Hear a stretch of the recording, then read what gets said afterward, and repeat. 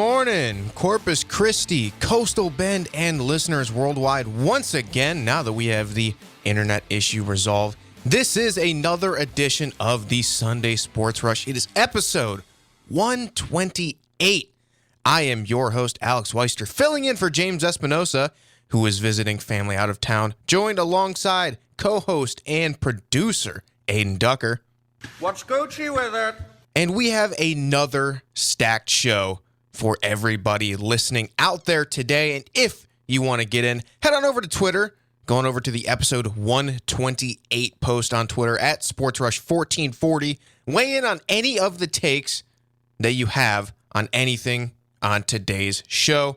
You can also follow us on Twitter at Sir Edward James, at Alex Weister, and at Ducker Aiden 36. If you want to follow any of us on Twitter.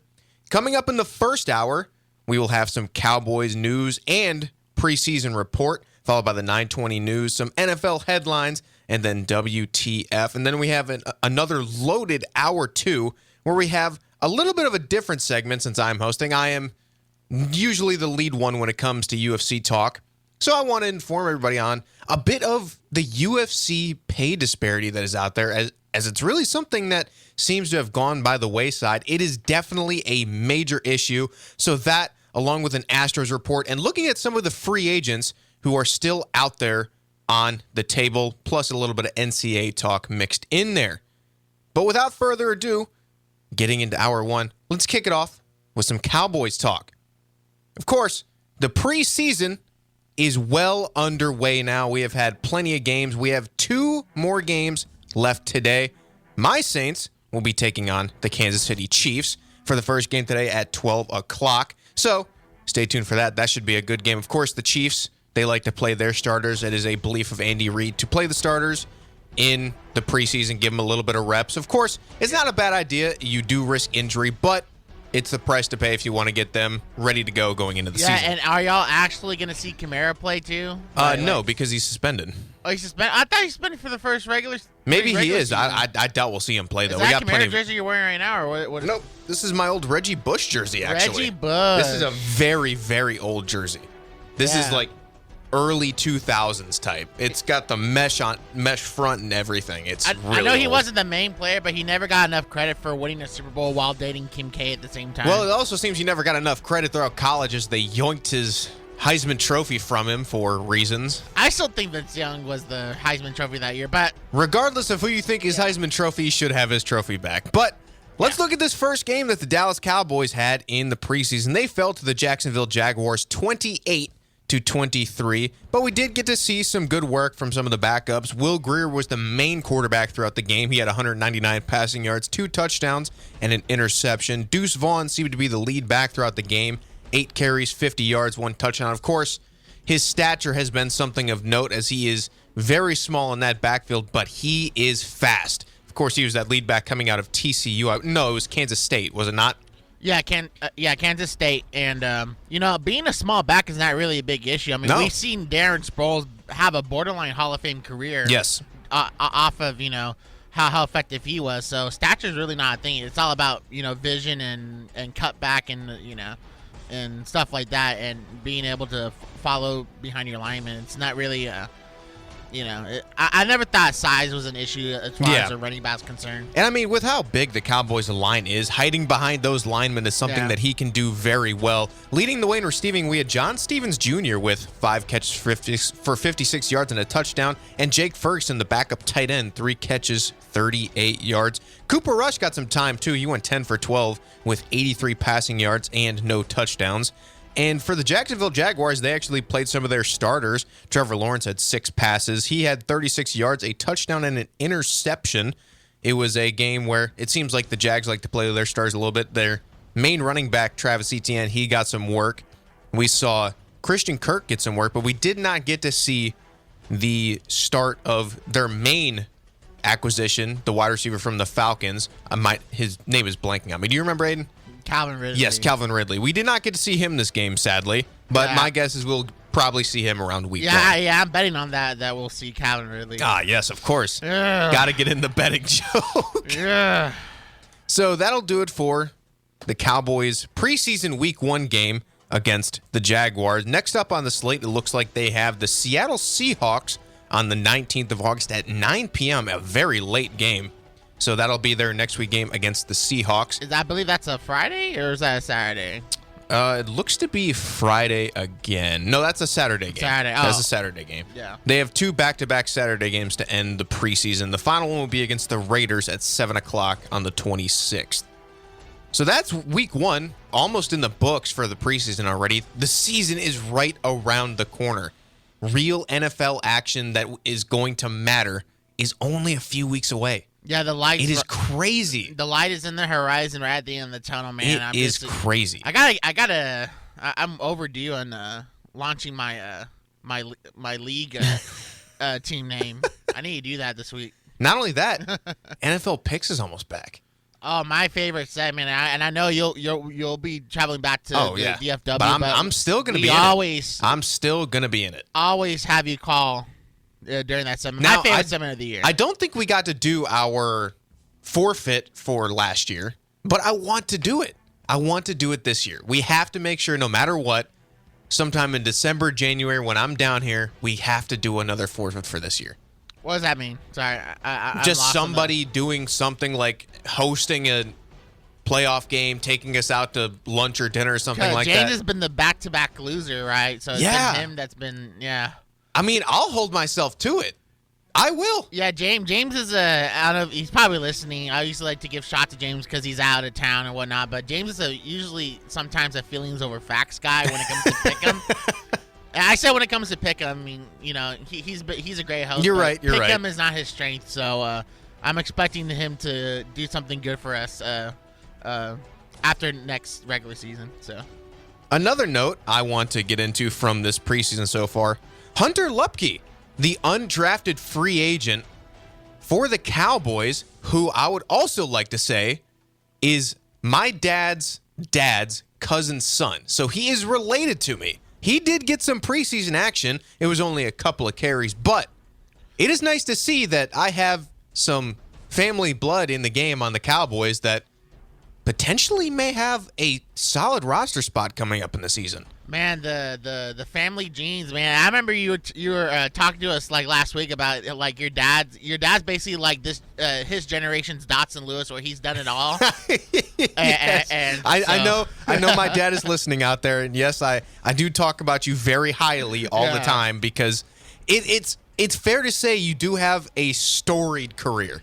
It is fair to say, and for anybody who wants to hear a little bit more about that, I am willing to talk. It is a very storied career that I love to boast about because my dad is great. He's done a lot of great things in life. But that's cool that you have a family and on the Cowboys of all things. Yes, I did not expect that, and I was very shocked to see it. But hey, it's interesting. He is on.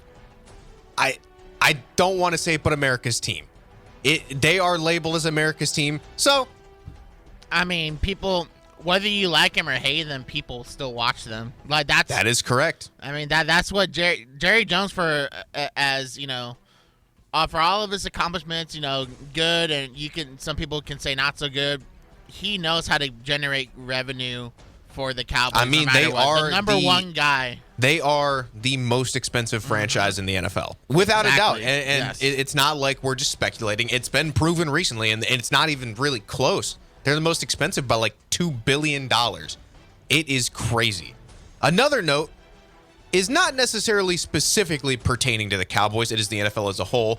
The NFL did their top 100 list recently, and the Cowboys had 7 players in the NFL's 2023 top 100 list, of course, as voted on by the players. We have to note that because this is not a fan vote. This is not a coach's vote. It's not an owner's vote. This is a player's vote. So This is the guys who are in the game giving their takes on who are the best of the best. The Cowboys had at number 99 DeMarcus Lawrence, at number 68 Zach Martin, who is currently still in his holdout with the Cowboys. Yes. At number 60, Trevon Diggs. Number 56, Dak Prescott, followed up at 55 by Tony Pollard.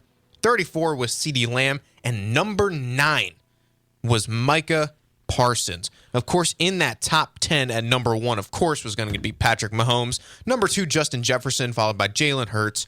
Nick Bosa, Travis Kelce, Joe Burrow, Tyreek Hill, Josh Allen, then Micah Parsons, and then Chris Jones at number 10. I think he can make an argument. You could, and I love Jalen Hurts, but you could swap him and Micah Parsons. I would agree with that, honestly. I really would. But other than that, I mean, it is the players themselves. Yes. So I can't really argue too hard against them because they're the ones that actually play.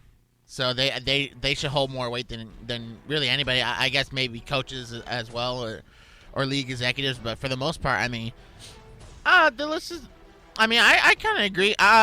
With most of the lists. I mean, is Dak?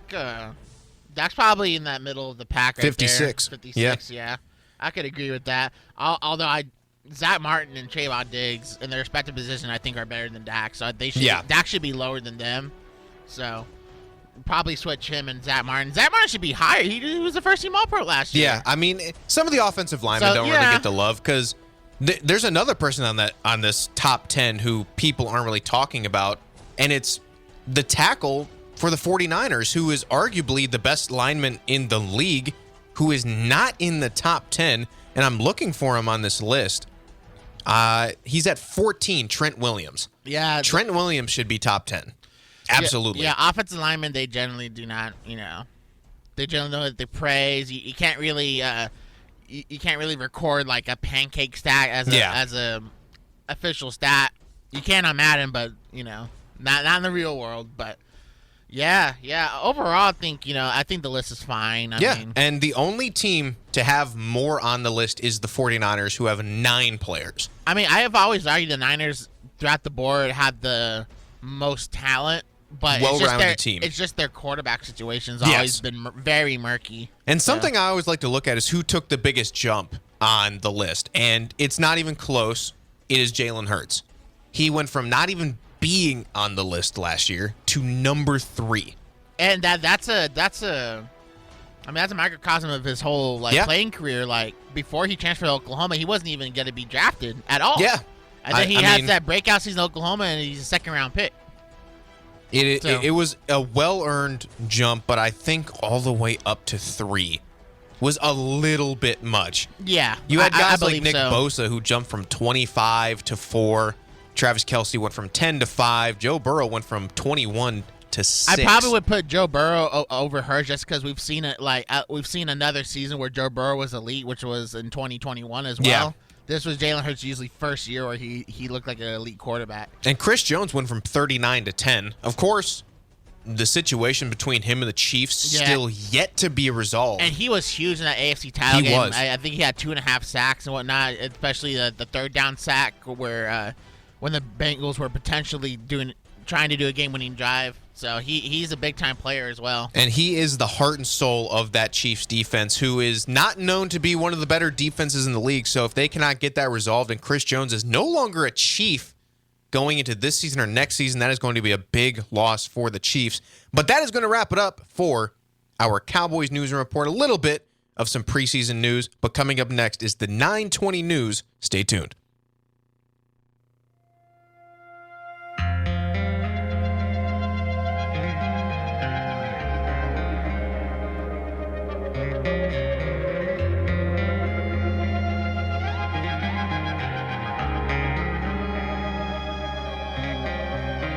Welcome back to the Sunday Sports Rush. It is episode 128.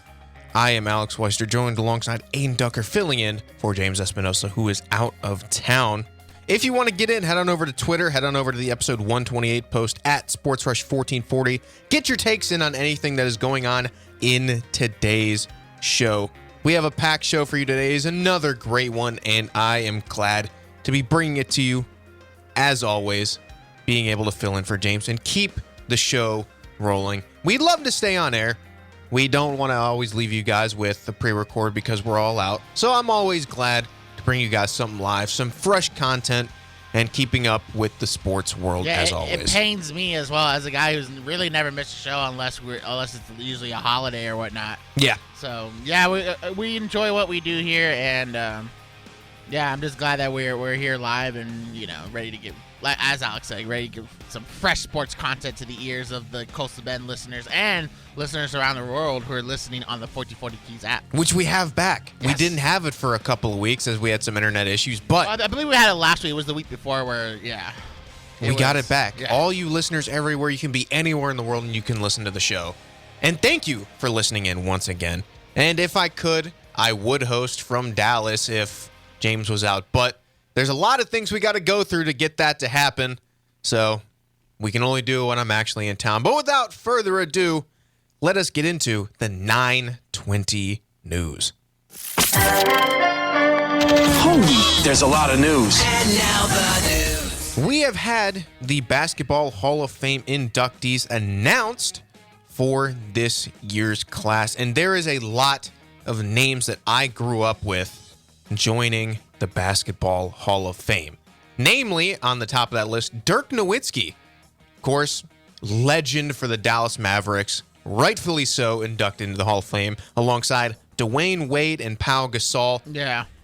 Some great players. Other inductees. Also, never forget the year the Mavs finally they broke through. They always Yes. been contenders, but they broke through and they went through a gauntlet of teams. You know, the two-time defending champion Lakers, that young OKC team, and then the Heatles, the first edition of the Big Three in Miami.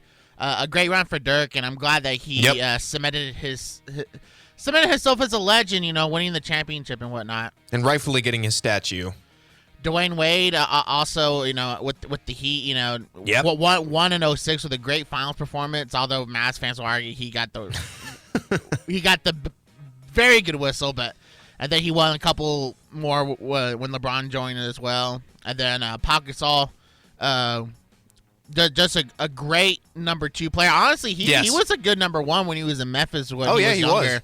But he sacrificed a little bit of his stats and became a solid number 2. Had some clutch moments with the Lakers, winning back-to-back titles with him, over there. So, and he's enjoying his time in retirement, and it always tugs at my heartstrings seeing the videos of him with Kobe's family because of how close they were. He undoubtedly, besides Kobe's family, was probably the one most impacted. Yeah, by the loss of Kobe. He's helping. You know, he's actually helping. Raise him because obviously you're losing your father figure. You're losing your father as with Kobe. You know, all his daughters need a father figure in their life, and I think he's a godfather of one of his daughters. So.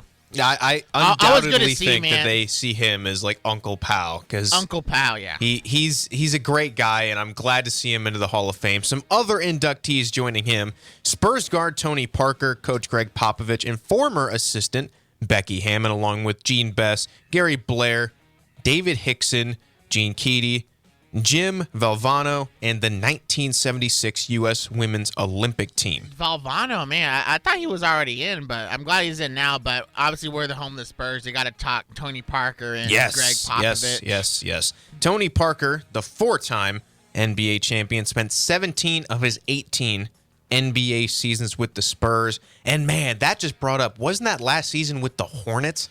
Yeah, we don't talk about that. It just doesn't look right. That was a blast from the past. I completely forgot about that just until now. But Tony Parker, man, he was always very underrated to begin with. He was the third French player to play in the NBA. Should have made a few more All-Star teams, just combined with what he did in the postseason. And I think there was a couple seasons where he was like top 3 MVP voting. I think 2013 was one of those years. Did well for the French team as well. Yeah, and in 2007 became the first European to win Finals MVP for the Spurs. Yeah. Always, just help solidify that big 3 you have with Manu and Timmy. And then, obviously, who I consider the greatest coach ever is Greg Popovich. The winningest and longest tenured coach in NBA history. I mean, people can argue, okay, he didn't really win until, Tim Duncan was there and whatnot, but great coaches need Hall of Fame players to win. I mean Phil Jackson coached nothing but Phil Jackson coached Kobe, Shaq, Michael Jordan. That's Guy the Pittman. only other argument for the better coach. I can't think of who else would be a better coach. I really can't. It would have to be Phil Jackson. But even then, look at the teams that he's coached. It's hard to say that Phil Jackson is arguably a better coach than Popovich. Greg Popovich's lead defining moment, though, was the 2014 title. Yes. Because that was where, and I still make this argument, I know the Warriors in 2015, they came out and were lighting the league on fire with their shooting and how much movement they had in their offense, but they literally got that from what the Spurs did to the Heat in the finals. And the Spurs were a good team that year, but they did not run an offense like that the entire year until they played the Heat. Yeah. And what we saw was the Warriors do it with better athletes and better shooters, and that's how the league's been ran today with that offense. Yeah, for sure. But Greg Popovich I don't think he's gotten the full credit for what he did. I mean, he's a great coach. Yeah. But I think that was such a league-defining moment. Yes, I agree. Finals. Sticking with the Spurs, they have unveiled their 2023 preseason schedule. It will be against Miami, Houston again, OKC, and then the Warriors. And then leading up, the season opener will be on the 25th in San Antonio versus the Mavericks. Luka versus Wemby to kick off the season. What a way to start. Yeah, I plan on... Actually, I've never seen a Spurs game in person. I plan on actually doing it this year, finally. That'd be sick. It's just that I don't like to really travel that much in the winter. Yeah. So I'm going to have to... It's October 25th. Right before the winter. I think that's a good time to catch it. True, yeah. The coaches poll for college football has been announced. That, of course, is also right around the corner. We start off with high school, then college, then the NFL. Of course, coming in at number one in the coaches poll is Georgia, followed by Michigan, Bama, Ohio State, and LSU to round out the top five. Looking down later in the list, we have TCU all the way down at 16. The team that made it to the national championship, TCU, sliding quite a bit. I mean, TCU lost a lot of players. Indeed, they did, and of course, they didn't play very well in the national championship game itself. So, 16 might be a little bit warranted. I personally would put them probably a little bit higher and then let them earn their ranking as the season goes on. But later on down the rankings, number 6, we have USC, followed by Penn State, Florida State, Clemson, Tennessee, Washington, and finally, we have Texas at number 12, which I would say is a fair ranking for them. It's a team that has some stuff to prove.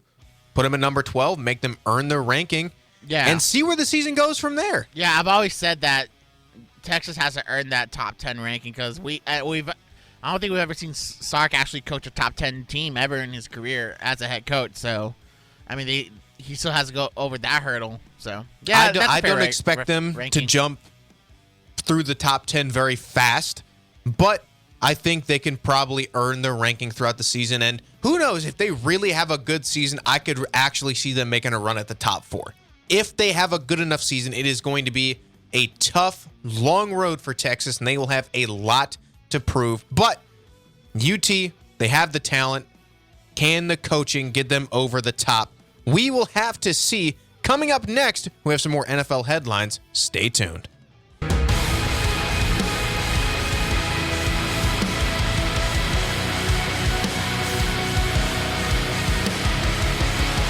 Welcome back to the Sunday Sports Rush, episode 128. Alex Weister and Adin Ducker bringing you all the sports news on this Sunday morning. And thank you all for listening in wherever you are across the world. If you want to get in on any of with any takes on any of the topics for today's show, head on over to Twitter, or X as it is called now.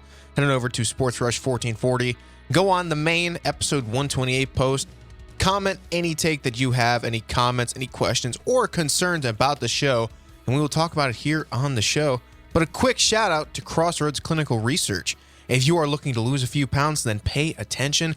Our friend of the show, Jerry, over at Crossroads Research, has an exciting new study involving a pill version of an amazing medication called Mounjaro. Crossroads is currently looking for volunteers to try this weight loss pill, but there are some conditions. You have to be diabetic and have heart problems to qualify for this study. So if you need to lose a few pounds, are diabetic and have heart issues, call our friend and sponsor Jerry over at Crossroads Research at 361-288-4668. That is 361-288-4668 for more info, or go visit them at 3cra.com. That is the number 3cra.com. Now, we got some more NFL headlines to go over and some more preseason talk from the first week of the preseason of the NFL season, which is just around the corner. Week 1 starting September 7th. Of course, September 7th is the first game. That'll be the Lions versus the Chiefs at 7:20. So that should be a decent game. Oh, that's right. They picked the Lions to start the season against the Chiefs. I say decent. I don't know how well the Lions will fare against the Chiefs, but hey, I mean, they're a scrappy team. I expect them to play their heart out. Today, we have the Chiefs versus the Saints. My Saints, of course. I don't know how well that's going to fare for us. Of course, the Chiefs like to play their starters. I think we are playing our starters, so for maybe a quarter, we'll get to see some quality football, but who knows? Yeah, I mean, the NFC Raiders are going to be a team to watch this year. You guys are really trying to push that narrative. It's funny. Yeah, I mean, they have a guy who's under arrest or who was under arrest and now suspended for 3 games, and then you have Derek Carr. So there you go. I mean, we don't have a guy who. And Dennis Allen used to be a Raiders head coach back in the day too. Yes, but we don't have a guy who had an illegal weapon. We don't have a guy who killed a person in a car accident. Y'all do have it's a bit of a stretch. Y'all did have Bountygate too, so very Raider-like. Which was, and then 12 years ago now? And then y'all's jerseys are also black as well. So. And you should be thanking us for Bountygate. Look what we did to Brett Favre. He's not a good human being. Thank us for what we did to him. Okay. But wait, hey, Kurt Warner did nothing wrong. Okay, he was just collateral. It was the price to pay. We had to get to Brett Favre. And you wonder why y'all have had bad heartbreaking playoff losses after heartbreaking. Yes, I will admit we are cursed. Yes. It is what it is. Didn't mean to hijack. Let's continue. It's the price to pay for a Super Bowl, okay? Looking at some of the preseason games that have happened already, Texans and Patriots was the first game to kick off the preseason on August 10th. Texans beat the Patriots 20-9. Seahawks and Vikings 24-13. The Seahawks win. On Friday, we had a nice slate of games. The Packers versus the Bengals. Packers getting a massive win, 36-19. Jordan Love looked very solid. He did, and of course, it's been said throughout the preseason that he's looked solid. So that is something to look for this season. Potential, quote unquote, fantasy standout? Maybe. I can't wait for him to be another Hall of Famer, but only get one Super Bowl because the Packers are the Packers. Yeah, it is what it is. Giants versus Lions, 21-16 for the Lions. Falcons, Dolphins, 19-3 for the Falcons. Did not get to see Bijan Robinson play for the Falcons in his debut yet. Steelers versus the Buccaneers. Steelers win 27-17. Commanders and Browns, a close one, 17-15 for the Commanders. Broncos, Cardinals, a 1-point game. 18-17 for the Cardinals. Russell Wilson celebrated as like he threw a game-winning touchdown in the Super Bowl. Against the third-string Cardinals defense in the first preseason game. The third-string Cardinals defense might as well be their first string, to be honest. Their team is bad. But the Cardinals, I expect to be the number one overall pick next season. I mean, who's gonna beat them for that? In all honesty, who is bad enough to beat them for that? But the Broncos, they're the most obvious 8-9 team that we're gonna see. So. Yeah, I mean, yesterday we had another great slate. The Bills and the Colts faced off 23-19 for the Bills. The Jets pitched a shutout against the Panthers 27-0. Of course, we talked about the Jags and the Cowboys. Ravens keep their streak undefeated. Yes. 24 in a row now. Ravens, the best dynasty in all of sports and all of history. The preseason Baltimore Ravens, they look down upon other teams and they tell them, that was your best shot. You lost. 24 straight wins, and they beat the NFC champion Eagles. Yes, man. You're done. You are done. I will say this. I think I've always said because they go so. It's like when you. I don't even know if even playing in quick play and Overwatch and going try hard. it's like a comparison, but I'll make that comparison. I've always felt though that because the Ravens are always usually one of the most injured teams. I feel like they go so hard in the preseason that by the time the regular season starts, they get all banged up, dude. I mean, it's 3 games, and they play their heart out to keep their streak undefeated. So that is also like one of the main notes from the preseason and something to keep track of is the Ravens preseason every year. Next up, they have the Commanders and the Buccaneers to round out the preseason, which are both very winnable games. So can they extend that streak to 26? We will have to wait and see, but that's probably the main note from the preseason so far, as we are about to go into week 2 of the preseason after today. Another note, the 49ers said that Phillip Rivers was the contingency plan in case of a Super Bowl last year. Now, I've heard a couple of other things, this being one of the rumors. The other one was Jimmy Garoppolo playing despite being hurt in the Super Bowl, if they were to make it.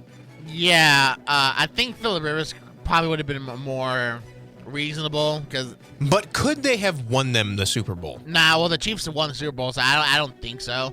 I don't think so either. I think with how long he's been out, I don't think he could have won them the game. I really don't. Let's be real. How much is he really keeping himself in football shape? And I already know, though. I already see this, man. You know who I'm talking about because I had. Oh, God. Brady is waiting out there. He's waiting for the right opportunity to come up. I still say that there's like a 5% chance he's gonna play at some point in this upcoming season for some team. Well, I'm praying for myself and every NFL fan across the league that you're wrong. I see that scenario playing out. I think everybody can see it, but we're just praying it doesn't happen. I hope it doesn't happen. I don't want him to luck his way into another Super Bowl. I mean, yeah, no one. He's up there. It's just not going to leave anybody with a good taste after them watching him win another Super Bowl after he comes out of retirement to win it. But that is here nor there. We have some NFL award predictions. This was coming from CBS. Their award predictions for the season.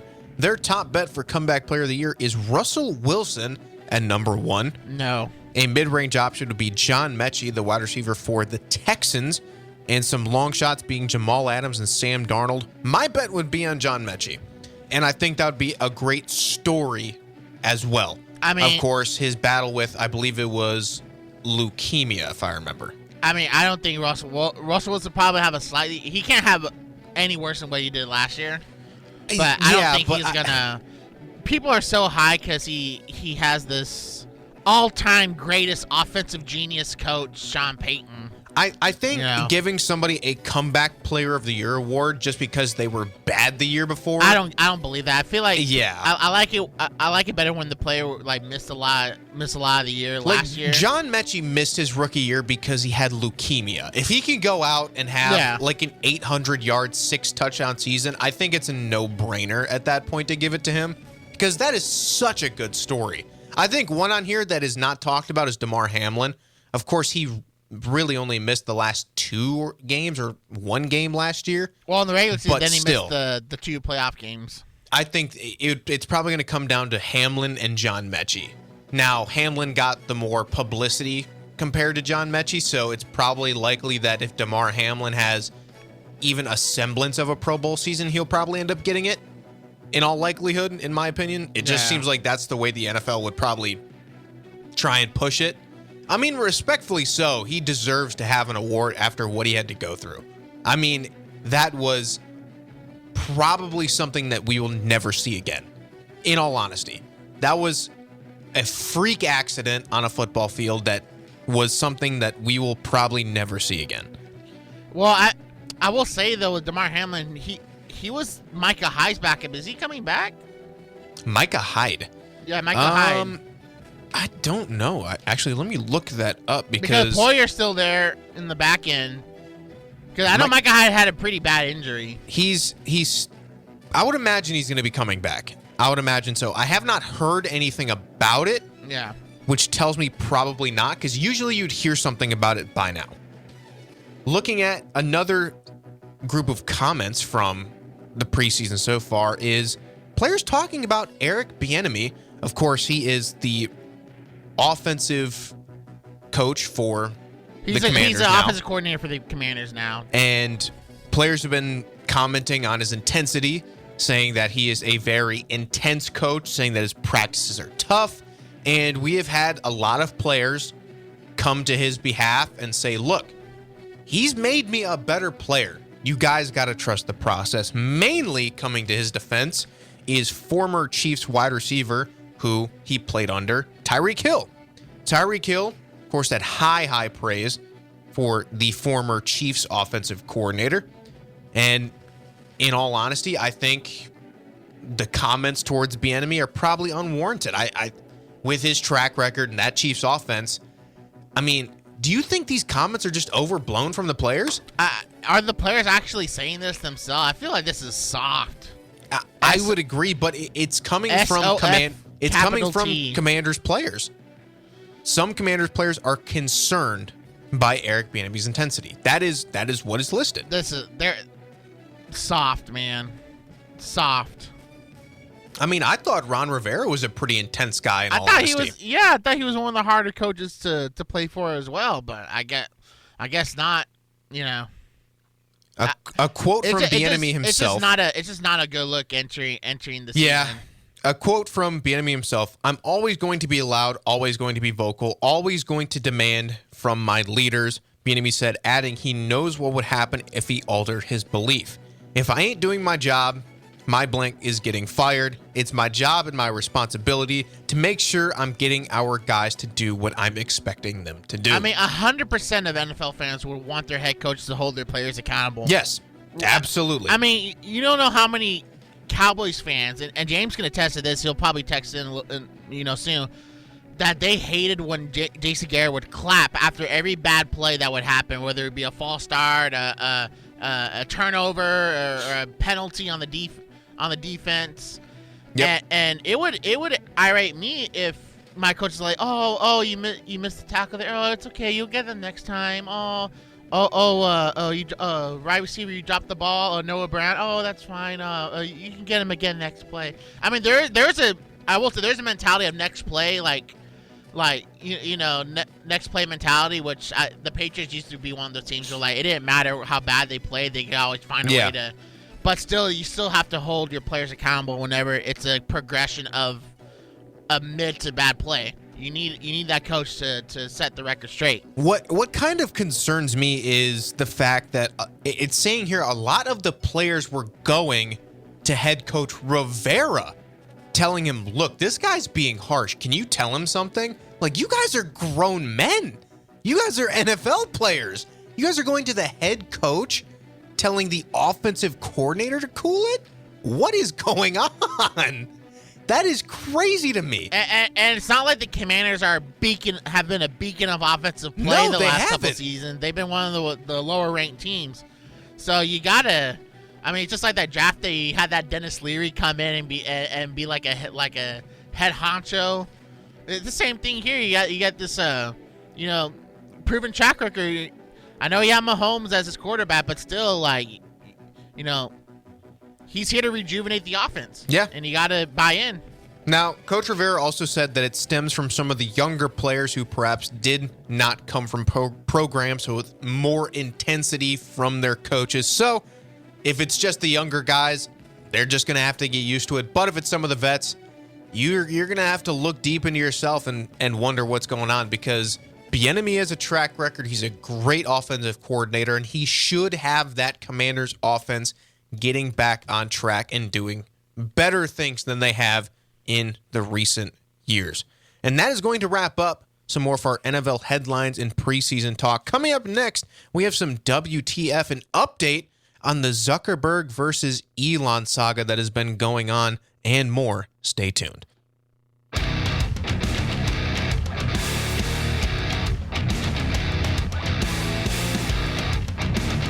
Welcome back to the Sunday Sports Rush, episode 128, winding down hour one with you on this beautiful Sunday morning. Thank you all for listening in wherever you are across the world. If you want to get in with any takes on the show, head on over to Twitter at SportsRush1440. Go to the main post for episode 128 and comment with any questions, concerns, or takes that you have from the show. We'll be here with you till 11 o'clock. Yeah, that was a fun Saints banter we had earlier, huh, Alex? I mean, it's just you trying to come at me saying that we're basically the Raiders of the NFC, but I mean, I don't see it. I mean, here's the thing. I know y'all have had a tough decade this past year. I don't want to, much like Alvin Kamara's case, I don't want to kick a man while he's down anymore. So let's just. That was a good one. I'll give you that. That was a good one. Yes. So wrapping up Hour 1, we will have WTF. In Hour 2, we have a packed hour with some more preseason standouts, some stock up, stock down on some players from the preseason, some Astros talk. We are in the final about month and a half of the MLB season, some remaining NFL free agents, and then wrapping it up with a UFC rant about some pay disparity within the UFC and the state that the sport is currently in. But without further ado, it is WTF. What the F-bomb is going on? Yeah, that's what the F I'm talking about. What the is that? Who are you? What is wrong with you? And we are kicking it off with a very interesting story, keeping up with the Mark Zuckerberg versus Elon Musk mixed martial art fight for not a set date or location yet, but we do have an update on a potential place where they could be fighting. The billionaires have not yet abandoned their talks for a mixed martial arts fight. In fact, the pair are aiming to hold the fight at a historic location. Yes, indeed, Elon Musk is in talks with the Italian government to host the proposed fight at an epic location. That would be the Roman Colosseum. You heard it here, The Roman Colosseum. folks. Yes, indeed. The Colosseum, the famed Colosseum. You know exactly what I am talking about. And no, I am not making this up. We may see two billionaires, two rich men rolling on the ground in the grounds of the Colosseum in a mixed martial arts fight. In the background of the Colosseum map in Overwatch, you can see actually Mark Zuckerberg and Elon Musk actually fighting in the background. That's gonna be a new patch update soon. It is. It baffles me that this is even something that we're talking about. Man, I would rather them fight inside the crater of Mount Vesuvius at this point, man. Because I have problems with both of them. Yeah, so. it's a very interesting thing that's happening, but I mean, they're keeping themselves in the limelight. UFC president Dana White seems to be very intrigued, and of course, anything that's going to make him money, he's obviously going to be interested in it. So I mean, nobody likes being involved in physical altercations more than Dana White. So, I mean, you've been on a roll with jokes today. Man. I mean, I don't know why you're not like this. I mean, proof is in the video. Anyway, I mean, I'll see it. I mean, I guess of course, I'm slightly. You have to watch this. I have problems with Elon Musk and how he's completely butchered Twitter. X I don't now. even call it X. It's still Twitter. And Nobody does. Nobody calls it X. And then I still hold a grudge over Zuckerberg basically neutering me in terms of how I used to post a lot of memes, and now I don't anymore because he put me. I think there was one time he put me on a 30-day. I don't recall, but where they deserve probably. But I still hold a grudge over it. So I wish that they could like both double knock out each other at the same time. That'd be cool. So Musk's statement that the UFC would not be managing the fight contradicts recent statements by UFC President Dana White, who also mentioned speaking with officials in Rome. He says they do want to fight. He said on a podcast, "It's real. It's funny because we're talking about the Colosseum for that fight, and I actually did have a meeting with the Minister of Culture's team in Italy to actually hold that fight in the Colosseum if it would happen. We are talking." So, stay tuned for more information on that. It's going to be a tracked case no matter how far it goes, and maybe we'll eventually have a resolution to this with a fight, but I feel like it's going to be a little while before that actually does end up happening. So, that's just a little update on that. Now, moving on to another topic. Recently, we had a bit of a blunder from the Orioles front office. Oh, man. They decided to indefinitely postpone their tenured broadcaster, Kevin Brown, after he had some comments about the Orioles' recent play. And none of it was crazy. It was basically just saying how they've been playing recently and that they really haven't won a series against anybody recently. It was like a stat where they hadn't won a series in Tropicana Field since like 2016 or something like that. Back when the Orioles were a good team. Yeah. And I guess, there was a headline on the graphic, Tropical Depression, but he's just reading a factual statement that we see in every, regional broadcasts, like nobody around the baseball world saw anything wrong with it. No, nobody did. And then we found out it was leaked insider info that he was suspended by the Orioles for the week. And of course, the sports world. Yeah, I listened to the video multiple times because I was trying to hear something in there that was a bit off, but I heard nothing. I don't. It's honestly kind of scary. And it's spoiled what's been a really great season by the Orioles. A very good season. You know, they're the number one. They're the best record in the AL right now, and you know he came back. Of course, I think he had more on that. That he was reinstated at Billy Friday, and he put out a tweet or a letter or something of some sorts, and he's of course defending the team. That was not all what happened, you know, what was said, but that looked like a hostage note to me, man. Yeah, a little bit. Being held in, like, imagine like Mike Ermichow holding him at gunpoint or something like that, telling him this is how you're gonna say it.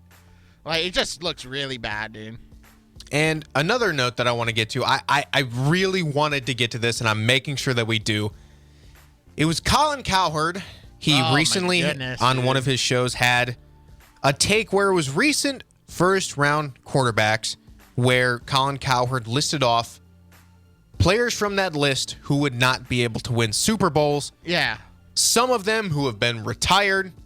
One of them, however, was the late Dwayne Haskins, who he had on that list as a name of quarterbacks who could not win a Super Bowl. It wasn't having him on the list was bad enough, but he actually said his name on air. Like, he was mentioning it in just like he was just throwing out names out of his mouth.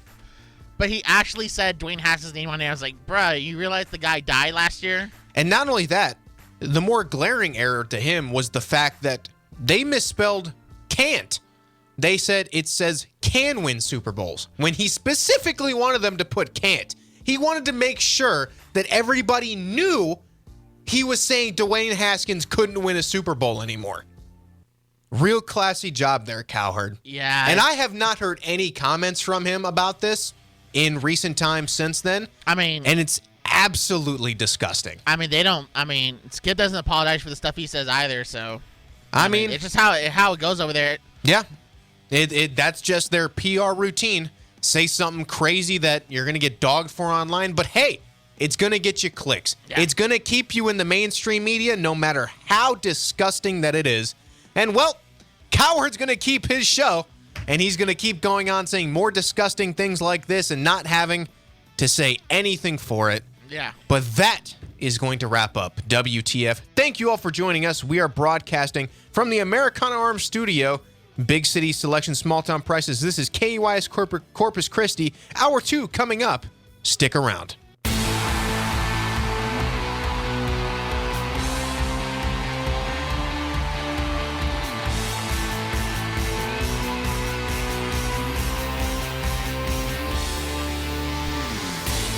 Good morning, Corpus Christi, Coastal Bend, and listeners worldwide. Welcome back to hour number 2 of the Sunday Sports Rush. I am Alex Weister, filling in for James Espinosa as your host today, joined alongside co-host and producer Adin Ducker. Cougars, I love Cougars. And we have a stacked hour 2 coming up with some preseason standouts from week 1 of the NFL preseason, followed by some Astros talk in the final stretch of the MLB season as we are winding down with about the final month and a half left in the season. Then taking a look at some more NFL free agents and talking about who we think that they might be going to coming up as the season approaches. And finally, a UFC rant as we talk about the pay disparity within the UFC and some of the stuff that has been going on recently. But right now, let's talk about some preseason standouts from week 1 and who has impressed us.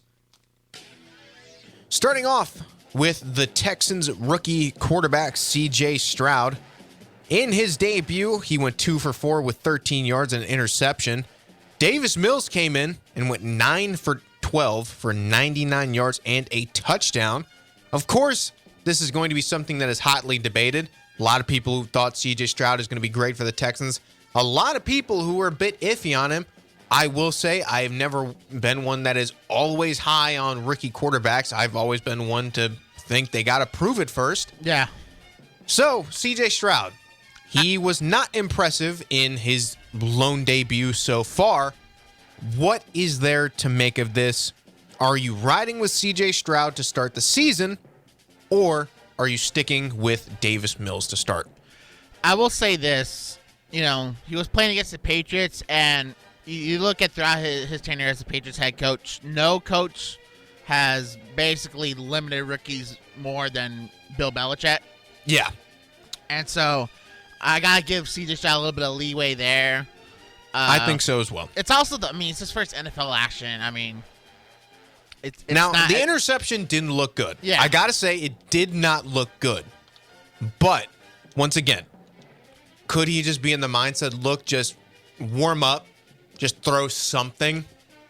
Could be.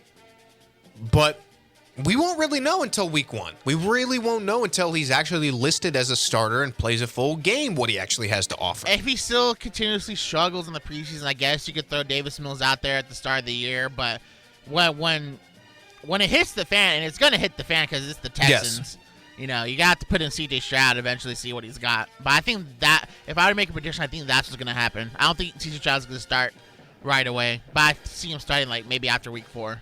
I can see both sides, him starting week 1 or him starting later. Regardless, I think he's going to start at some point. Whether it's week 1, week 15, it doesn't matter. I think he's going to start at some point this year because Texans fans are going to want to see the quarterback that they drafted number 2 overall. I think they're going to want to see it regardless, no matter what. It's just how it is. They're in the midst of a rebuild. They made a lot of moves this offseason. They're going to want to see a glimpse of the future. In all honesty, I think any fan base would. The Texans are a team that's honestly very new. They haven't really had much success. They made a couple of good playoff runs, but they haven't really gone further than that. They were 2.5 quarters away from hosting an AFC title game. Yes, they were. Yeah. 2.5 quarters was all it would have taken. I like to make sure that Texas fans know about that. Just seed it into their minds. Yeah, you like to make sure that a lot of fan bases remember a lot of bad things from the team's future. In terms of sports, outside of sports, I'm as cool a guy as I try to be positive, but when it comes to sports, I like to make sure that other fans are suffering with me. So, I'm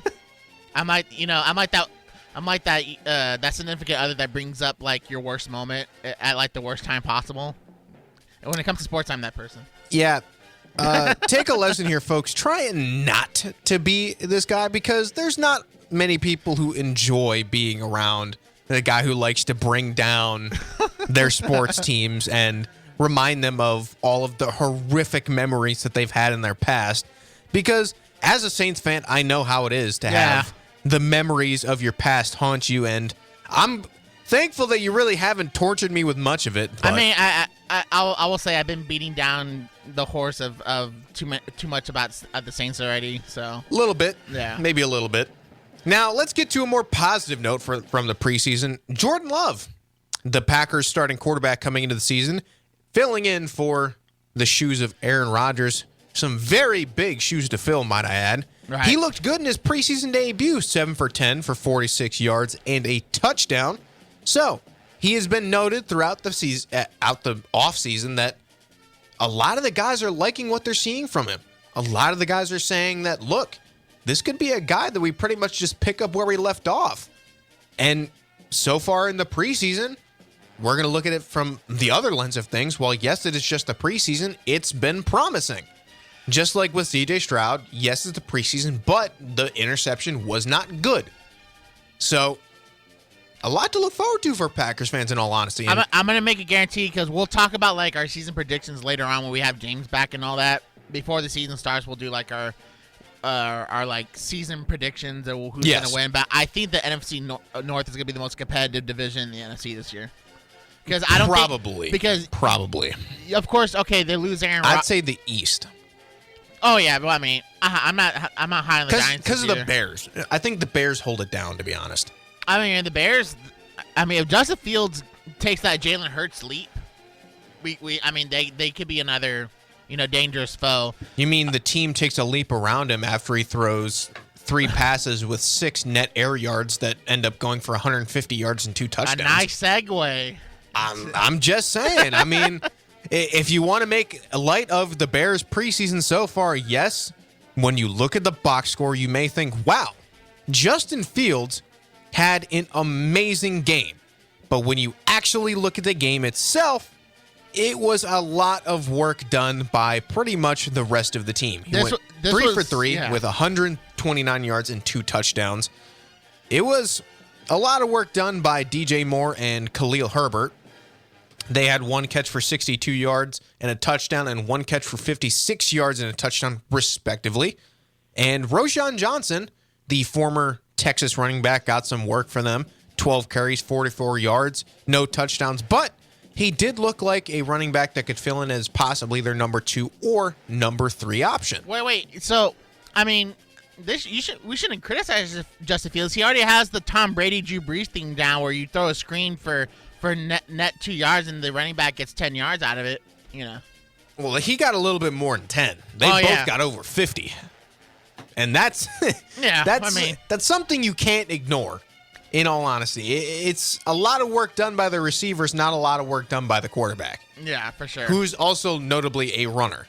So yeah, for the Bears to do what they need to do, Justin Fields got to win some games inside the pocket. That is for sure. Yeah. Now, fantasy fans are going to go nuts over that with the fact that he could possibly lead them to a championship. But looking on the other side of things on who they faced, the Titans quarterbacks still are not looking great. Malik Willis was 16 of 25 for 189 yards and a pick, and Will Levis got his debut action with 9 of 14 for 85 yards and an interception. No passing touchdown for either of the quarterbacks.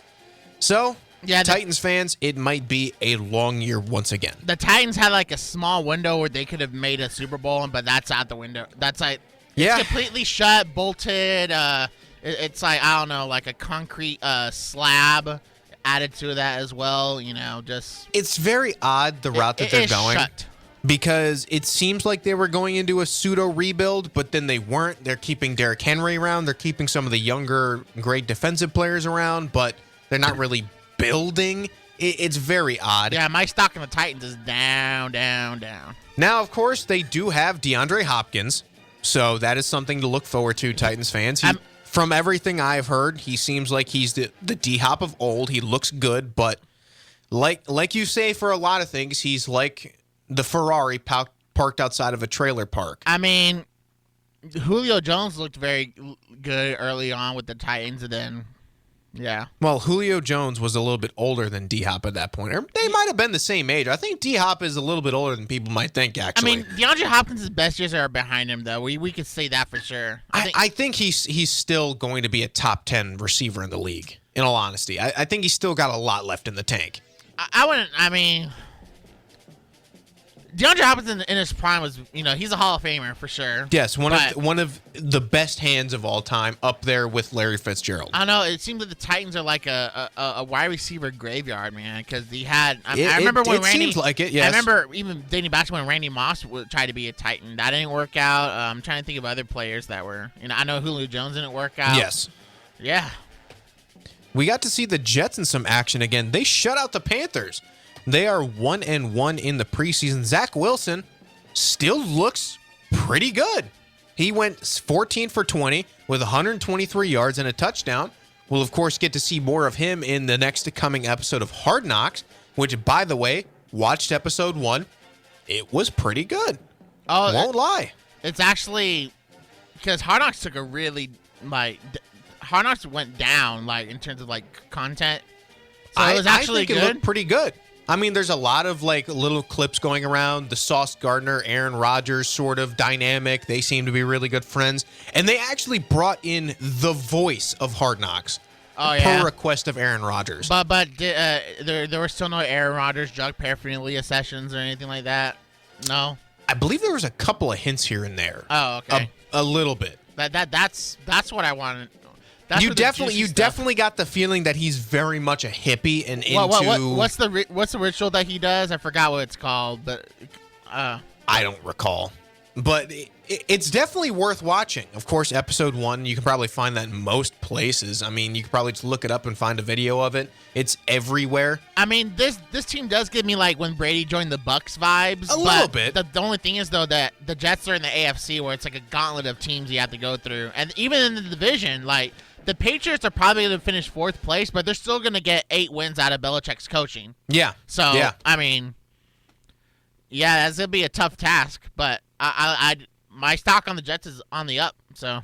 I mean, when you get Aaron Rodgers from Zach Wilson, it's kind of hard not to say that their stock is on the up. Even for their future, like if Zach Wilson keeps looking this promising and he's because he's got what, 200 yards and 2 touchdowns so far in the preseason. He's looked good. I as somebody who thought he was going to be good coming out of college, this is making my takes start to look a little bit better. Now, once again, it is the preseason. This is not the regular season. We are not facing all of the starters, but it is still NFL football. It is still tape that you can look at and things that you can judge. We are all starved of football, and we are finally getting it back. We want to be able to judge everything that we can. So, the football season will be gone before you know it. Cherish every moment that you can, because, man, the seasons fly by faster than you can imagine. And this when football season starts, it's usually the time of year where the rest of the year starts accelerating and it gets faster. Before you know it, it's going to be Christmas. We're going to be in week 15, and we're going to be looking at the postseason. Mariah Carey is right in the horizon right now. getting that. You know what I'm talking about? Like, she's right there. Like, she's like as far as I can see, but you can see her. Yes. Yeah. But that's the cold. Coming up next, we're going to be talking about something that's a little bit hotter, the Astros and their season coming up, and a little bit what's left of the MLB season going into the final stretch. It's the Astros Report and MLB Talk coming up next.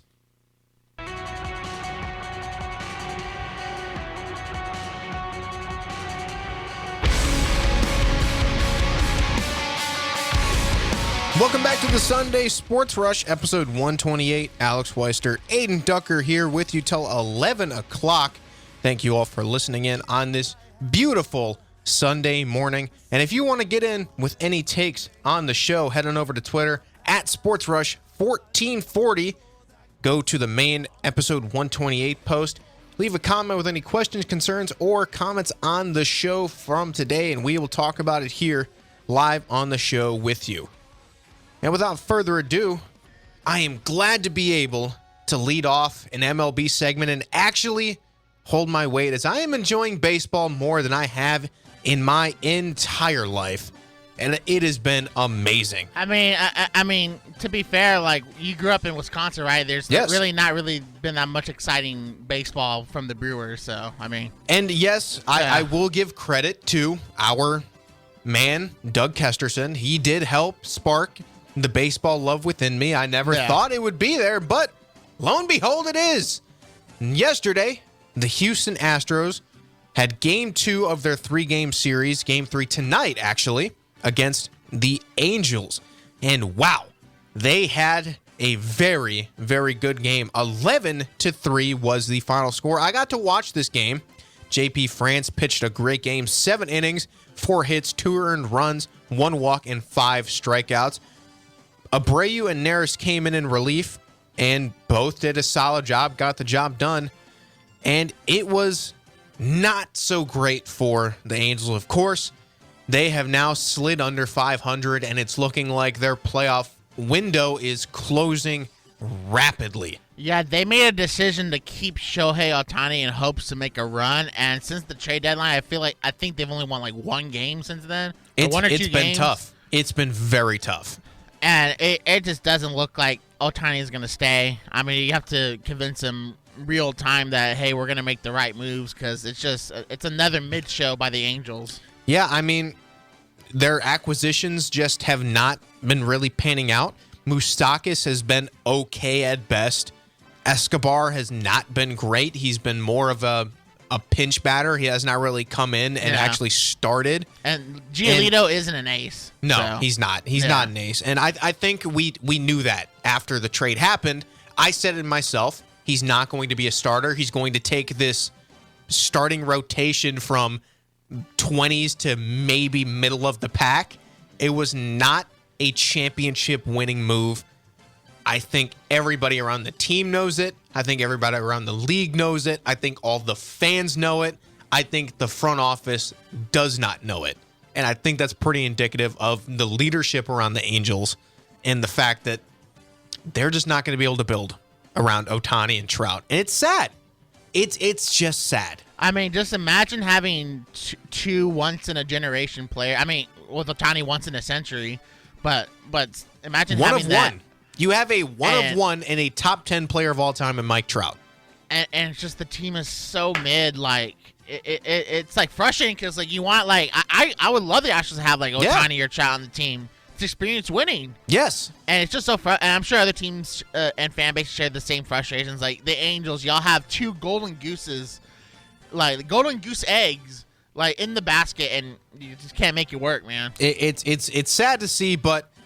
This is about the Astros. Astros are 68-50. They still sit 2.5 games behind the Texas Rangers, but their playoff hopes are well and alive. They're looking great, and the bats were alive. Jose Altuve had himself a game last night. 3 for 4, 3 runs, and RBI. He has looked great so far. Yeah, Altuve, I believe he's batting .311 now. I know it's a short, been hot as of recent. I know it's a short sample size because of the injuries he's had, but I mean, Altuve, when he's fully healthy, he's still, to me, the best hitting second baseman in all of baseball. Alex Bregman had a great game, 2 for 4 with 2 RBI. Yordan Alvarez getting back into the swing of things, pun intended. 1 of 4, 2 runs and RBI. And Kyle Tucker, talk about hot. He has been amazing. 3 for 4 with 4 RBIs yesterday and a home run. Wow. That grand slam he hit against the Orioles was the home run of the season for the Astros and the win of the year for the Astros, because that was a game where it was like nothing was really going right. Yep. It felt like, okay, the Orioles are going to win this, and then they got runners on base, and Kyle Tucker just fought through a tough at bat to make it happen. Yeah. And the top half of this order for the Astros has been stellar. They have been amazing. They're still figuring out the bottom of half of the rotation, it seems. But it seems like things are starting to play out a little bit better. Yeah. They're starting to get the bats going. And things are looking great for the Astros. They do have a couple of tough series coming up. The Marlins and the Mariners. The Marlins are third in their division. The Marlins have been floundering. Get it? You get it? Yes. They've been floundering since the All-Star break. But, I mean, they still have... They still have talent there on the roster. That Mariners series is going to be huge because the Mariners have been red hot since the All-Star break. And that's a chance for the Astros to kind of put the Mariners back in the rearview mirror in terms of like the wild card standings, because the Mariners are only 3 games back, I believe. And so that's a huge opportunity for the Astros to put up a 4 to 5 game cushion there. So. And probably the biggest story recently for the Astros has to be John Singleton.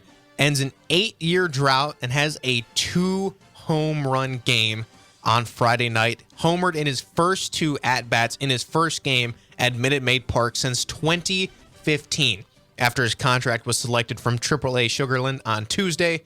Out of baseball from 2017 to 2021 before restarting his career in the Mexican League, Friday was the kind of night that seemed once like a distant dream for John Singleton. Nah, he did play with the Brewers for a few games earlier this year, but it was to see him actually hit those homers though. Yep. It was a good sight to see, and just I know he got criticized for popping out to end that Orioles game, the last game, but I still think that we needed somebody to back up Jose Abreu, because putting Yanni Diaz, he needs to be the catcher. It's just nice to have a guy that we can put in when Jose Abreu needs a legit break, an actual first baseman. And it's always a great story to look at. He said, and quote, "There was this moment in time where I wouldn't say I didn't imagine it, but it wasn't even a thought on my mind. But as life went on, things changed, and it definitely was a thought on my mind that this could be my life again." Talking about his time being out of the majors and potentially never getting back into the majors. Singleton's homers were his first in the majors since he hit one for the Astros in a 6-3 win over the Angels July 29th of 2015. That's the longest stretch between home runs by a position player in the majors for the last 11 years. And it's a great story for John Singleton. I hope he can keep carving his way into this Astros roster specifically because it's such a great story. So congratulations to Singleton. The Astros, they have been great. Still 2.5 games behind, but they're still doing great things nonetheless. We will wrap up this MLB talk segment, but we'll pick it up with some standings. We'll look at what's going on around the league, and we'll give a quick shout out, plus some NFL free agents. But that is going to wrap up this segment. Stay tuned for an update on the MLB standings and some NFL free agency talk. Who is remaining on the market and where could they go? Stay tuned.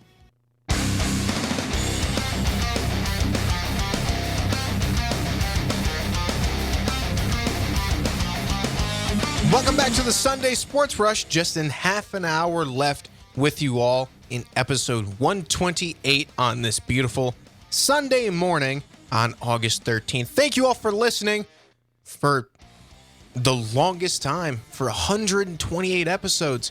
It's been a great run. I've loved every moment of being on this show, and hopefully I can stay on here and talk with you all for an even longer time. So once again, thank you all for listening. If you want to get any takes in, head on over to Twitter, SportsRush1440. There's the main episode 128 post right at the top of the page. Just leave a comment with any questions, concerns, or comments about any of the topics throughout this show, and we'll talk about it in the remaining half an hour that we have with you. But before we get into the segment, a quick shout out to Crossroads Clinical Research. If you are looking to lose a few pounds, then pay attention. Our friend of the show, Jerry, over at Crossroads Research, has an exciting new study involving a pill version of an amazing medication called Mounjaro. Crossroads is currently looking for volunteers to try this weight loss pill, but there are some conditions. You have to be diabetic and have heart problems to qualify for the study.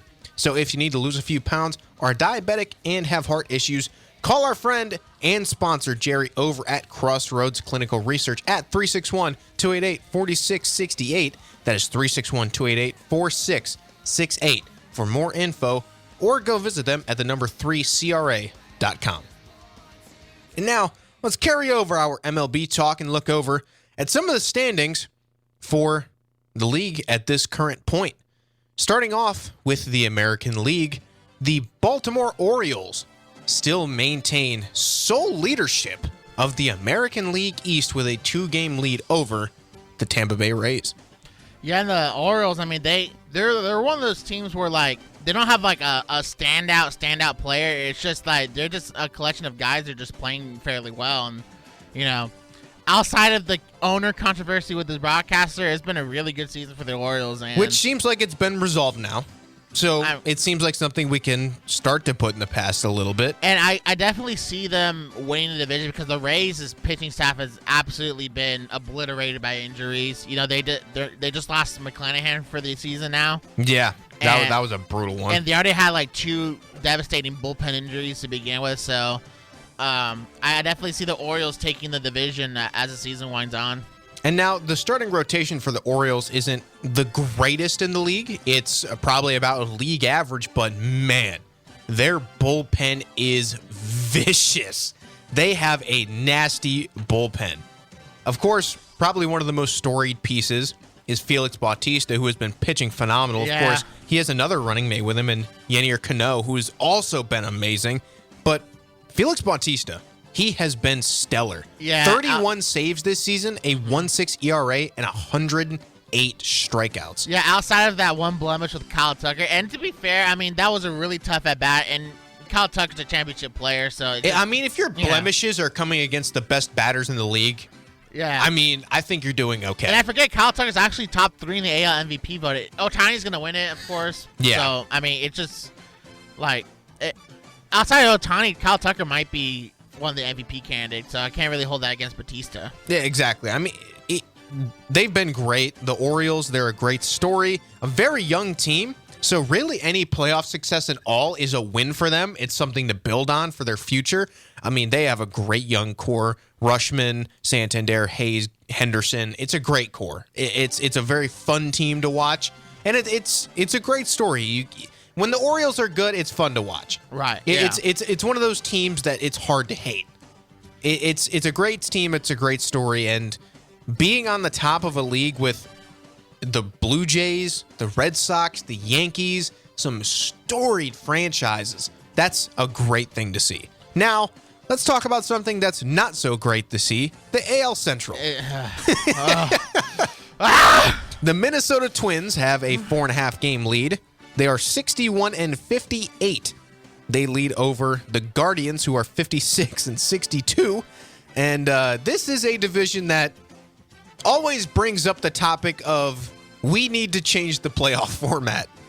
Man, can the Rangers and Astros, they're central enough. Can one of them switch out with the Royals, and then we'll have a division? The Astros or Rangers be both division winners, and it could just be better for the playoff seeding. Yeah, it's Very not frustrating. Great, but I mean, one team's got to make it, and it's looking like it's going to be the Twins, who have 4.5 games ahead of the Guardians. Now, of course, the West has been a very tough division. The Rangers are 70-47, 2.5 games over the Astros at 68-50. The Mariners 6.5 games behind. They are at 63-53. They have a plus 60 run differential so far. I think the this Mariners season. overall have the best pitching staff in the AL. As of recently, they just been lights out, and they seem to be a team that always manages to churn out really good pitchers. And the Mariners, I mean, they were a second half team last year, and they're looking like a second half team this year. Yeah. And the Rangers, Corey Seager honestly should be in the MVP discussion. I know it's gonna be Ohtani once again, but I've noticed when Corey Seager is in that lineup, he seems to be the spark that just plug. You know, he seems to ignite the engine of this Rangers team, because he was out for a couple weeks for injury, and the Rangers were struggling, you know, to put anything together. Corey Seager is usually the guy that gets them that first extra base hit to ignite them, even maybe that first homer or whatnot. He's been, you know, batting in the 350s. He's just been an amazing player. And sad that he's with the Rangers, you know, opposing the Astros. Kind of frustrating there, especially with how, you know, the struggles of Jeremy Pena, which, you know, but, I mean, the Rangers, they just can't, they're just not losing, man. Yeah, they're not. And I thought they'd fade away, but it's gonna come down to that series back in Arlington to decide the division, I feel like. Looking at the wild card standings, the Rays are sitting at the top with a 6-game lead. The Astros are the second wild card team, and Toronto fouls in. And then behind in the wild card race, a half a game out, is Seattle, followed by Boston at 3 games, and then the Yankees at 4. Falling behind in the race would be the Angels and the Guardians. They're 6.5 and 8.5 respectively. So it's looking like Toronto and Seattle are probably going to be battling out for that final spot. I'm going to put out the Yankees, because Yankees fans, most of them are saying this team is not a good enough team. I'm not going to say that, because I think you can never count out the Yankees until they are officially eliminated. It's just my opinion. I don't think the Yankees recently have earned that moniker. So it's the Yankees. I mean, I don't think they've earned that moniker. Personally, if I was to put money on it, I would say they wouldn't make it. But yeah, they're only 4 games out. I think only 4 games. I think the Rays and Astros. I mean, they've been to the playoffs the past. I mean, yes, the Astros. But that third spot. The third spot. I think the Mariners make it back in over the Blue Jays. I'm not really been. The Blue Jays have been. I gotta ride with the Blue Jays. Back-to-back World Series picks. I gotta try and make something out of it. Oh, that's right. You picked them to make the World Series again. Why? It was mainly a joke, but I wanted to ride with it, and it's not looking too hot, so It is what it is. It is what it is. Okay. Looking over at the NL, where things are not so tight of a race, with the Atlanta Braves head over heels in the NL East with an 11-game lead over the Phillies. Yeah, the Braves, they've not shown any signs of a slump all season, to be honest with you. I know it was iffy in April, but they've been on a tear since. And honestly, to me, and last year the Braves won 100 games and lost to the Phillies in the first round, but they were in that battle with the Mets for the division, and they seem to have burnt out their arms in that race. The Braves can just cruise into the postseason, you know, fresh. And I think, you know, even as an Astros fan, I would give the Braves the benefit of the doubt because they are a recent World Series champion, and this team is just loaded top to bottom. No weaknesses I see on this roster. There is a team that we'll talk about coming up here in a minute that is definitely looking on the up and is scary. But looking at the NL Central, the Brewers with a 2.5 game lead, they sit at 64-54 above the Cubs, who are 61-56, and the Reds, who are 61-57. Man, the Cubs were dead in the water before All-Star break. Yeah. They've climbed their way out. They finally put together what people thought this Cubs team would be, Yep. like a wild card team there, And might I add, the Brewers, we talk a lot about the Twins being probably the worst division leader. I got to give it to the Brewers. They are the division leader with a +2 run differential. At least the Brewers have a winning record, though. But a +2 run differential? Yeah, I don't see. That's bad. Yeah. That's the same thing. The NL Central. Even the Twins have a +36. I don't think the NL Central winner is going to make it far in the No, postseason I don't at either. all. Yeah, I really don't. Looking at the NL West, we were talking about the Diamondbacks being a team to watch, but they have slipped all the way to third. They are 1 game under 500 and 12 and a half games back of the Dodgers, who now have sole first place over the Giants, who have jumped to second, who are 8.5 games behind the Dodgers. The Dodgers, they're probably going to win the division again. They've been on a tear. They have just been on an absolute tear. The second half regular season Dodgers are a gauntlet, man. It's just the postseason gets very iffy for them, but yeah. The NL, it's usually kind of, we see the same teams usually. The Dodgers are currently on a 7-game win streak and have won, that is 11 of their last 12. Yeah. They have been absolutely on fire. Yeah, they're a unit, man, but I still favor the Braves over them if it came down to NLCS. I would have to agree with that, but it's hard for me to buy in on the Dodgers as well, considering last year I bought in and they just absolutely slapped me in the face with how they played in the playoffs. I see them making the NLCS at the most. I don't see them making the World Series because their starting pitching is still very mid. It's just that their bats have been carrying them all season. Hard, very hard. When you face better pitching, those bats are going to slow down. Yep. So. And then the wildcard standings, those pesky Phillies that made the World Series last year. Phillies +3.5. Giants are in second, and then the Cubs are the final wildcard spot with the Marlins and the Reds a half a game behind them. Yeah, I could definitely see the Phillies. They could make the NLCS again, but they're playing better in the second half. I just don't believe. Is Kyle Schwarber still their leadoff hitter with like a 196? Kyle Schwarber, he's going to hit 40 homers and 100 RBIs, and he's going to have a -WAR. That's crazy. Look, he's got a -0.7 WAR right now, which is really the only negative WAR in pretty much the entire starting lineup for the Phillies right now. But they're starting to get going. Trey Turner's finally starting to play like the player he was supposed to be. So, And it was a rallying cry from the cheers that he got from the Phillies fans. He has been on a tear ever since that happened for them. So, things are looking up for them. It is going to be a tight race for that final spot in both of the divisions for the wild card. And it's going to be a fun final stretch. We got about a month and a half. I checked, it was about 44 games remaining for most teams. Yeah, so, this is basically the 7-inning stretch of the season. Yeah. And it's going to be a very interesting finish. There's a lot of talks probably coming up in this next week about who should be winning what awards, Cy Young finishes potentially, MVP winners potentially. There's been a lot of great players. Of course, the 400 season from Luis Arias seems to be probably an afterthought by now. He's batting .365, almost about to get passed up by Freddie Freeman or Ronald Acuna.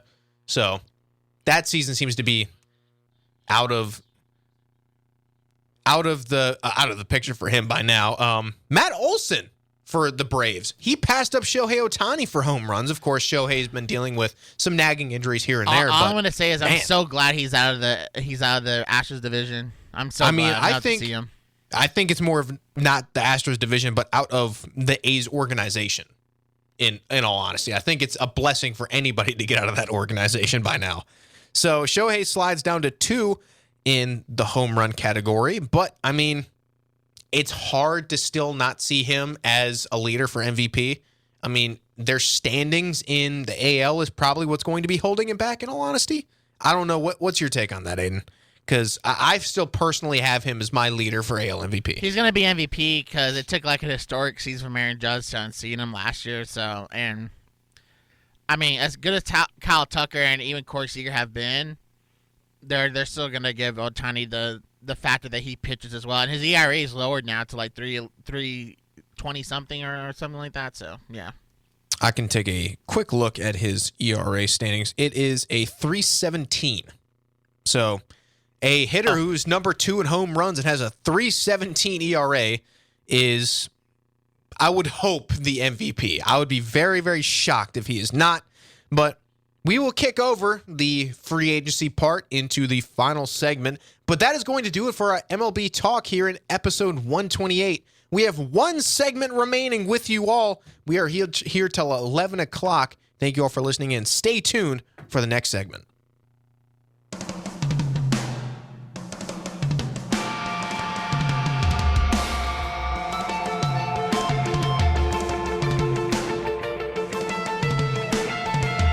Welcome back to the Sunday Sports Rush. We have one more segment left with you on episode 128.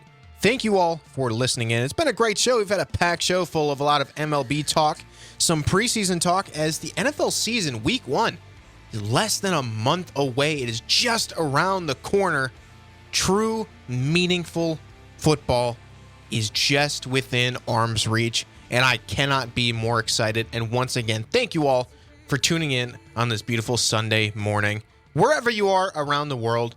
And if you want to get your takes in from any of the talk from today's show, any baseball talk, how the Astros are doing, what you've seen in the preseason and who you've been impressed with, head on over to Twitter, SportsRush1440, and get your comments in on SportsRush1440 on the main post for episode 128. And we'll talk about it here in the final segment. But kicking off the final 10 minutes with you all, let's take a look at some of the free agents remaining within the NFL and give our takes on where we think these players might end up going. Oh, okay. Starting off, of course, he has not gone anywhere yet. It is Dalvin Cook, the running back for the Minnesota Vikings. And now, I will say a lot of these guys are like really good players who are going to be key contributors no matter where they go. But it's pretty obvious the main reason why these guys don't end up going anywhere is because their contracts are too lofty for teams to want to take as of right now. So they're just working down the money until eventually teams are getting it to a contract that they will actually give. So Dalvin Cook, it's been rumored, Jets as probably the main team as of right now, the Dolphins. Give your take on where you think they're going to go, Aiden. I'm curious. It's going to be... His brother does play for the Buffalo Bills too, so I think there's probably thoughts like he doesn't want to go against his brother and and whatnot. But I like the Jets personally because you have Aaron Rodgers there as quarterback and also Breece Hall's the standout rookie before he got injured. It sucked to see him injured because he was actually leading the Jets to wins before he got injured. Then the Jets season kind of tailspin from there, and. Yeah, and you wouldn't have to ride on Dalvin Cook because you have Breece Hall, so I think that would be a good fit for him. I would agree with that. And looking at some of the other free agents before we dive into a couple more, Jadeveon Clowney, Isaiah Rodgers, who was cut from the Colts due to some gambling issues that he had in this recent string of suspensions. Yeah. Ronald Darby, Zeke, Kareem Hunt, who has visited with a few teams in the recent week. Well, didn't Kareem Hunt just sign with the Saints? No, actually. He did not leave with a contract. I thought he did. No. Oh. It was reported within the same day that he actually didn't leave with a contract and he was visiting with somebody else. So he's still on the market. Leonard Fournette, Jarvis Landry, he was with the Saints and had a decent year, but he's still on the market. Dalton Reisner, one of the great guards who is still on the market. Chris Wormley, the defensive lineman from Pittsburgh. Matt Ioannidis, one of the defensive linemen who was originally on Washington, if I remember, and then went to Carolina. Trey Flowers just went back to the Patriots, and there's still some very good names out on the market as of right now, and I expect a lot of these guys to get signed up before the season fully starts, and a lot of these rosters start to get finalized. But another name I want to look at is Jadeveon Clowney. I think Jadeveon Clowney has been a name that gets tossed around a lot, but his name is starting to, I would say, lose its value because he's been on a few different teams. Yeah. Has not been the standout that we would usually think. Some teams who have been talked about with him, the Ravens, the Saints, going back to the Browns. I'm curious where you think he might go in. Probably, maybe even the Ravens will look at. I'm not really high on Jadeveon Clowney. Personally, I say he's probably going to go to the Ravens. I'm more interested in where Zeke's going to end up. Personally, yes, he's been rumored pretty much the same places as Dalvin Cook. Mainly, the Patriots has been like number one. Patriots. I mean, there's always a possibility he signs with the Cowboys on a way lesser deal. Yeah. I've always liked the Bengals as well, maybe to show as a number two to their main running back, Joe Mixon. And then wherever you can, Zeke's not gonna be run to the ground like he wasn't in Dallas. Yeah. Let's be fair there. The era of the bell cow back seems to be way gone. Yes, for sure. Maybe even the Bucks. I remember Bucks were another team that were interested in him, but I mean, they're not. None of these players are gonna turn the tide in terms of like playoff odds or Super Bowl odds. But they will be a component of a good roster. And so there's still a lot of guys out there, a lot of guys to be signed that are going to help teams make their playoff pushes or whatever goals that they have as a franchise. And no matter what, there is a staple that these teams have to give 50% of the revenue to the players. And this will pivot us into our UFC talk. All of the major sports throughout the U.S. have pretty much a 50% split when it comes to the revenue for players and then the rest of the league. Now, when you look over at the UFC, their percentage of the revenue split sits below 20%.